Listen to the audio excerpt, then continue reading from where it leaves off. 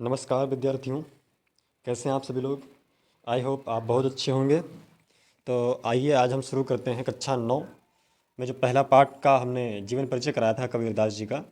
आज हम शुरू करेंगे उसके जो अभ्यास प्रश्न में कुछ दोहे आते हैं, दोहे से संबंधित प्रश्न दिए जाते हैं, तो उन पर चर्चा करेंगे किस प्रकार से आपको हल करने हैं। अगर आप मन से देखते हैं तो आप निश्चित ही सारे क्वेश्चन आप आराम से हल कर लेंगे।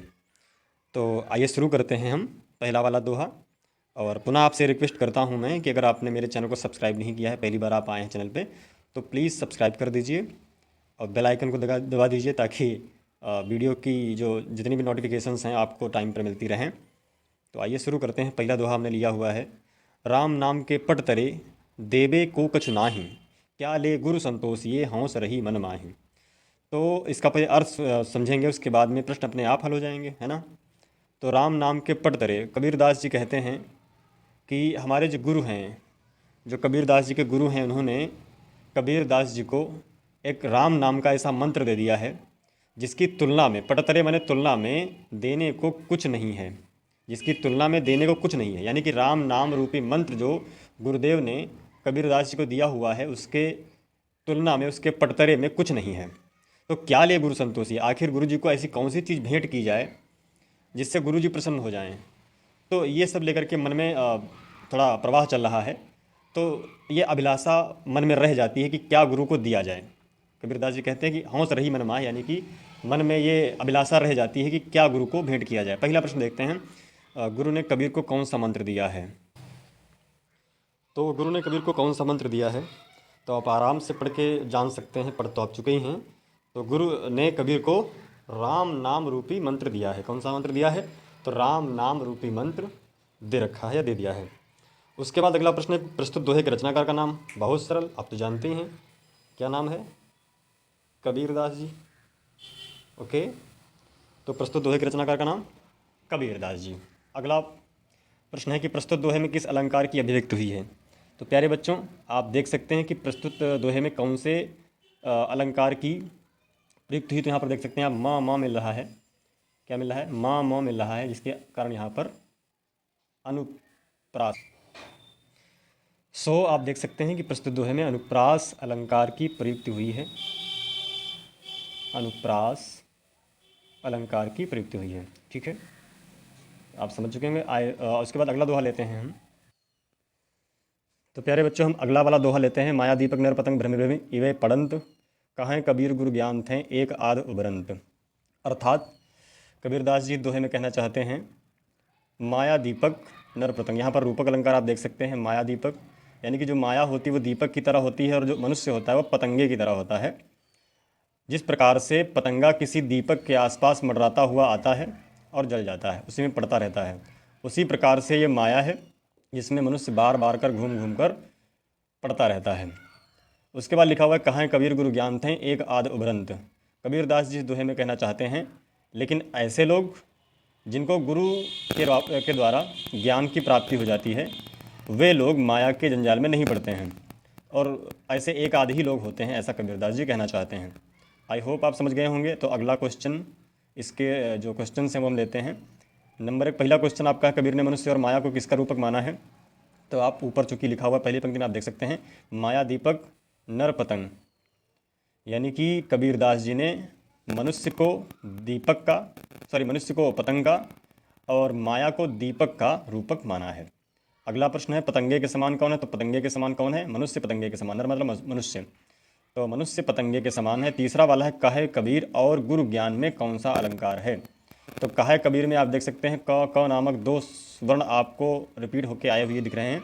तो यहाँ पर हमें प्रास अलंकार। दूसरे में गुरु ज्ञान, ये ज्ञा जो है वो भी गा और या से मिलकर के बना है, तो इसमें भी गा आपको मिल रहा है। तो इन दोनों शब्द समूहों में आपको अनुप्रास अलंकार देखने को मिलता है। अगला क्वेश्चन लेते हैं, अगला दोहा। सो गाइस, अगला दोहा हम ले चुके हैं। लिखा हुआ है, अंखड़ियाँ झाई पड़ी पंथ निहारी निहारी, जी बढ़िया छाला पड़या राम पुकार पुकार। और मैं आपसे रिक्वेस्ट करना चाहूँगा कि आप सभी लोग अगर वीडियो देखते समय बुक को अपने आगे रखें तो आपको बहुत ज़्यादा समझ में आएगा। जैसा कि लिखा हुआ है, अंखड़ियाँ झाई पड़ी पंथ निहारी निहारी, जी बढ़िया छाला पड़या राम पुकार पुकार। तो कबीरदास जी इसमें कहना चाहते हैं कि राम को, यानी कि राम का रास्ता देखते देखते, उस ईश्वर की रास्ता देखते देखते अंखड़ियाँ झाई पड़ी, यानी कि आँखों में झाई पड़ चुकी हैं, आँखें जो हैं धुंधली पड़ गई हैं। पंथ निहार निहार, यानी कि राम का रास्ता देखते देखते, निहारते निहारते, यानी कि देखते देखते आँखों में झाई पड़ चुकी हैं, आँखें धुंधला गई हैं। जी बढ़िया छाला पड़ा, राम पुकारे पुकारे, जीभ में छाले पड़ चुके हैं, राम पुकारते पुकारते। ये संघर्ष कबीरदास जी का आप देख सकते हैं। तो पहला वाला प्रश्न लेते हैं, परमात्मा का स्मरण किस प्रकार करना चाहिए। पहला प्रश्न है कि परमात्मा का स्मरण किस प्रकार करना चाहिए। तो आप पूरे दोहे का अर्थ निकाल करके ये आप पता लगा सकते हैं किस प्रकार से कबीरदास जी ने स्मरण किया हुआ है। तो आप यहाँ पर लिख सकते हैं कि परमात्मा का स्मरण लगन से और तल्लीनता से करना चाहिए, लगन से और तल्लीनता से करना चाहिए। उसके बाद दूसरा वाला प्रश्न ले लेते हैं, जीवात्मा किसकी प्रतीक्षा में आंखें बिछाए हुए हैं। जीवात्मा किसकी प्रतीक्षा में आंखें बिछाए हुए हैं। तो जीवात्मा ईश्वर की प्रतीक्षा में आंखें बिछाए हुए हैं, जीवात्मा ईश्वर की प्रतीक्षा में आंखें बिछाए हुए हैं। तीसरा वाला प्रश्न लेते हैं कि प्रस्तुत दोहे में कौन से अलंकार प्रयुक्त हुए हैं। तो आप यहाँ पर देख सकते हैं निहार निहार और पुकार पुकार लिखा हुआ है। तो हालांकि आपके सिलेबस में ये अलंकार नहीं है, हाई स्कूल में भी नहीं है, फर्स्ट ईयर में इंटर में भी आपको नहीं मिलेगा, लेकिन ये एक अलंकार होता है पुनरुक्ति अलंकार, पुनरुक्ति अलंकार होता है जो यहाँ पर प्रयोग किया गया है। तो अगला दोहा हम ले लेते हैं, आई होप आपको ये भी समझ में आया होगा। तो गाइज़ अगला दोहा हम ले चुके हैं, झूठे सुख को सुख कहाँ मानत है मनमोद, जगत चबेना काल का कछ मुख में कछ गोद। तो कबीरदास जी इस दोहे में कहना चाहते हैं कि संसार के लोग झूठे सुख को सुख कहें, यानी कि सभी लोग जो संसार में दिखाई दे रहा है वो सुख, ये सब झूठा है, और इसी सुख को सच्चा सुख मान लेते हैं। मानत है मनमोद, और मन में बड़ा प्रसन्न होते हैं, मोद मतलब प्रसन्न होते हैं, मन में बहुत प्रसन्न होते हैं। जगत चबेना काल का कछ मुख में कछ गोद, लेकिन ये भूल जाते हैं सारे मनुष्य जगत में आए हुए कि जगत चबेना काल का, ये जो काल रूपी जो मृत्यु होती है, ये पूरा संसार इस काल अथवा मृत्यु का चबेना है, और कुछ तो उसके मुख में चले जाते हैं और कुछ अभी गोद में होते हैं। तो जो गोद में वो भी मुख में जाएंगे ही। तो ऐसा लगता है कि हम गोद में हैं, यानी कि संसार में, और बहुत सुखी हैं। तो आई होप आप समझ चुके होंगे। तो अब प्रश्न ले लेते हैं कि प्रस्तुत दोहे का संदर्भ लिखिए। पहला वाला प्रश्न आपकी किताब में भी लिखा हुआ है कि प्रस्तुत दोहे का संदर्भ लिखिए। तो संदर्भ लिखना बहुत आसान है, एक संदर्भ आप लिख लीजिए, उसके बाद में आपको सारे संदर्भ आसान हो जाएंगे। दो तीन चीज़ें आपको याद रखनी है, लेखक हो या कवि हो, उसका नाम याद रखिए, और साथ में याद रखिए आप कौन सी पुस्तक पढ़ रहे हैं, तो आप हिंदी पढ़ रहे हैं, कौन सा खंड पढ़ रहे हैं तो आप काव्य खंड पढ़ रहे हैं, और प्रत्येक कविता में ऊपर शीर्षक जरूर दिया होता है, उस शीर्षक का भी नाम आपको ध्यान में रखना है। अगर आप बुक में देख रहे हैं तो आप देख सकते हैं कि आपकी बुक में कौन सा शीर्षक दिया हुआ है। तो आपकी बुक में साखी नाम का शीर्षक दिया होगा। तो आइए हम बनाते हैं संदर्भ, प्रस्तुत दोहे का संदर्भ। तो हम लिख सकते हैं कि प्रस्तुत दोहा हमारी पाठ्यपुस्तक हिंदी के काव्य खंड से अवतरित है, जिसका शीर्षक साखी है और इसके रचयिता कबीरदास जी हैं। मैं रिपीट करता हूँ एक बार में कि प्रस्तुत दोहा हमारी पाठ्यपुस्तक हिंदी के काव्य खंड से अवतरित है या लिया गया है, जिसका शीर्षक साखी है और जिसके रचयिता कबीरदास जी हैं। अगला प्रश्न लेते हैं कि अज्ञानी व्यक्ति सच्चा सुख किसको समझता है। आप पीछे पढ़ चुके हैं, अज्ञानी व्यक्ति सच्चा सुख किसको समझता है। तो अज्ञानी व्यक्ति संसार के झूठे सुख को सच्चा सुख समझता है। अज्ञानी व्यक्ति संसार के झूठे सुख को सच्चा सुख समझता है। उसके बाद अगला प्रश्न है कि उपयुक्त दोहे में कौन सा अलंकार है। उपयुक्त दोहे में कौन सा अलंकार है। तो आप देख सकते हैं झूठे सुख को सुख कहें मानत है मन मोद, म आपको मिल रहा होगा यहाँ पे। तो ये जो म आपको मिल रहा है वो मामा नहीं है, म है जगत चबेना काल का कछ मुख में कछ गोद। तो माँ और माँ मिलने के कारण यहाँ पर अनुप्रास अलंकार होता है। तो आप लिख सकते हैं यहाँ पर अनुप्रास अलंकार है। और अब हम अगला दोहा लेते हैं। तो गाइस आप देख पा रहे होंगे स्क्रीन पर मैंने अगला दोहा ले लिया है। लिखा हुआ कि जब मैं था तब हरि नहीं, अब हरि है मैं नाही, सब अंधियारा मिट गया जब दीपक देखा माही। तो यहाँ पर प्रश्न जो पहला दिया हुआ है उसके अनुसार पहले हम पढ़ लेते हैं इसका अर्थ। तो लिखा हुआ कि जब मैं था तब हरि नहीं। कबीरदास जी कहते हैं कि जब मैं का अर्थ यहाँ पर खुद के लिए नहीं कहा गया है, मैं का अर्थ यहाँ पर अभिमान के लिए कहा गया है। तो जब हमारे अंदर अभिमान था तब ईश्वर नहीं था। आप तो जानते होंगे कि ईश्वर अभिमान शून्य व्यक्ति के हृदय में ही निवास करते हैं।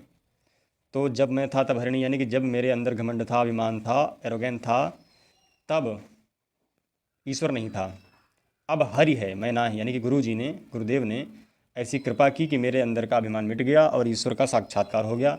अब हमारे हृदय के अंदर ईश्वर निवास करते हैं और घमंड नहीं है। सब अंधियारा मिट गया जब दीपक देखा माहे। सब अंधियारा मिट गया, लेकिन मतलब जब गुरु ने ज्ञान रूपी दीपक दिखाया तो हमारे हृदय का पूरा अंधकार मिट गया।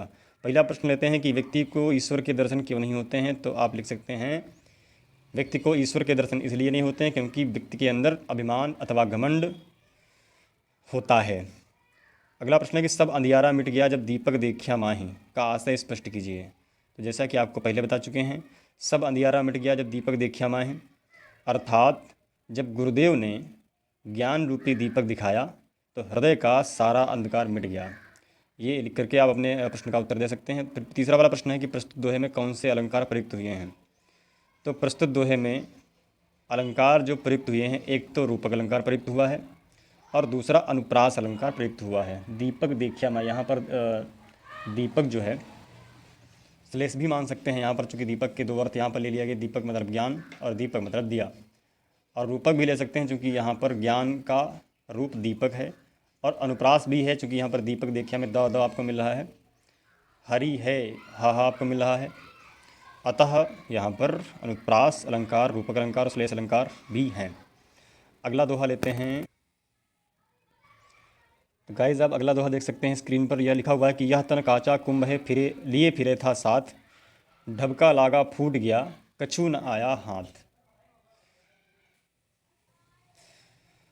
तो कबीरदास जी ने इसका आशय लिया है, यह तन काचा कुंभ है, अर्थात यह जो शरीर है, काचा कुंभ, काचा माने कच्चा और कुंभ माने घड़ा, तो यह शरीर कच्चे घड़े की तरह है। लिए फिरे था साथ, और ये साथ में लेकर के हम लोग जो घूम रहा था। ढबका लागा फूट गया कछु न आया हाथ, धक्का लगने से घड़ा रूपी शरीर फूट गया और हाथ में कुछ नहीं आया। अब इसका प्रश्नोत्तर हम देख लेते हैं। पहला प्रश्न लिखा हुआ है, कबीर ने शरीर की तुलना किससे की है। तो आप देख सकते हैं, ऊपर बताया हमने है इसके पहले भी कि यह तन काचा कुंभ है। शरीर की तुलना किससे की गई है, कुंभ से, रूपक दिया गया है। तो कबीर ने शरीर की तुलना कच्चे घड़े से की है। ये आपका पहला उत्तर हो गया। दूसरा उत्तर आपका होगा, प्रस्तुत दोहे के रचनाकार कौन है। तो बहुत सरल सा उत्तर है, प्रस्तुत दोहे के रचनाकार कबीरदास जी हैं, कबीरदास जी के ही दोहे हैं। नंबर 3, ढबका लागा फूट गया कछु न आया हाथ, अर्थात इसका आपको आशय स्पष्ट करना है। तो इसका आशय है कि यह शरीर कच्चे घड़े की तरह है, एक ही झटके में यह फूट जाएगा और हाथ में कुछ नहीं आएगा। अर्थात हम लोग अपने शरीर को सजाते हैं और खिला पिला के तैयार करते हैं, परंतु एक ही झटके में पता लगा सुबह बैठे हुए थे शाम को ख़त्म हो गए। तो इस तरह से शरीर का कोई भरोसा नहीं है कब जा सकता है ये। तो मतलब कहने का ये है कि ढबका लागा फूट गया कछु ना आया हाथ, शरीर एक कच्चे घड़े की तरह है, कब गिर करके अचानक धक्का लगे और फूट जाए ये कुछ कह नहीं सकते। तो ये आप आशय लिख सकते हैं, अपने शब्दों में भी लिख सकते हैं। अगला दोहा हम लेते हैं। सो गाइस अगला दोहा हम ले चुके हैं। लिखा हुआ है, कबीरा कहा गरबियो देही देख सुरंग, बीछड़िया मिलबो नहीं ज्यों काचली भुजंग। तो इसमें लिखा हुआ है, कबीरदास जी का आशय भी इसमें है, कबीरा कहा गरबियो, कबीरदास जी कहते हैं कि गर्व नहीं करना, घमंड नहीं करना चाहिए। देही देख सुरंग, यहाँ पर सुरंग का अर्थात वो सुरंग नहीं है। तो सुरंग का यहाँ पर अर्थ आखिर क्या है। तो सुरंग में आप सु हटा दीजिए, रंग हटा दीजिए, अलग अलग कर दीजिए, तो आपका अर्थ हो जाएगा सुंदर रंग। तो सुंदर रंग वाली देह अर्थात शरीर को देख करके कभी भी घमंड नहीं करना चाहिए, क्योंकि बीछड़ियाँ मिलिबो नहीं ज्यों काचली भुजंग, बिछड़ने के बाद में यह मिलने वाला नहीं है। जिस प्रकार से कांचली भुजंग, जिस प्रकार से किसी भी सर्प की केंचुल जो होती है एक बार निकलने के बाद कभी नहीं मिलती है, इसी प्रकार से हमारा शरीर कांचुली की तरह है और हम भुजंग की तरह हैं, सांप की तरह हैं, जो कि दोबारा कभी कांचुली रूपी शरीर को प्राप्त नहीं कर सकते हैं। अतः घमंड नहीं करना चाहिए। तो पहला वाला प्रश्न लेते हैं कि प्रस्तुत दोहे में कबीर किस बात पर घमंड न करने की सलाह देते हैं। तो आप उत्तर लिख सकते हैं कि प्रस्तुत दोहे में कबीरदास जी अपने शरीर का घमंड न करने की सलाह देते हैं। प्रश्न नंबर 2 है कि बीछड़िया मिलबो नहीं ज्यों कांचली भुजंग का आशय स्पष्ट कीजिए। तो आप लिख सकते हैं कि प्रस्तुत पंक्ति का आशय है, कबीरदास जी कहते हैं कि जिस प्रकार से कांचुली अलग होने पर भुजंग को दोबारा कभी प्राप्त नहीं होती, इसी प्रकार से हमारा शरीर भी एक बार चले जाने के बाद में दोबारा नहीं मिलता है। अगला प्रश्न है नंबर 3, कबीर कहा और देही देख में कौन सा अलंकार है। तो गाइज़ आपके लिए हम इसके पहले भी वीडियो बना चुके हैं अलंकार पर, अगर आपने नहीं देखा है तो प्लीज़ देख लीजिए। ताकि आपको अलंकार स्पष्ट हो जाएं। उसके बाद में आपको सारी चीज़ें स्पष्ट हो जाएंगी। कबीर कहाँ में आपको क मिल रहा है, अतः यहाँ पर वो अनुप्रास अलंकार है। और देही देख में आपको द मिल रहा है, अतः यहाँ पर भी अनुप्रास अलंकार है। तो आई होप आपको सारे दोहे समझ में आए होंगे। अगर आपने बुक को देख करके पढ़ा है तो आप कभी भी भूलेंगे नहीं। और वीडियो अच्छा लगा हो तो लाइक करें, चैनल को सब्सक्राइब करें और अपने दोस्तों में शेयर करें। Thank you so much.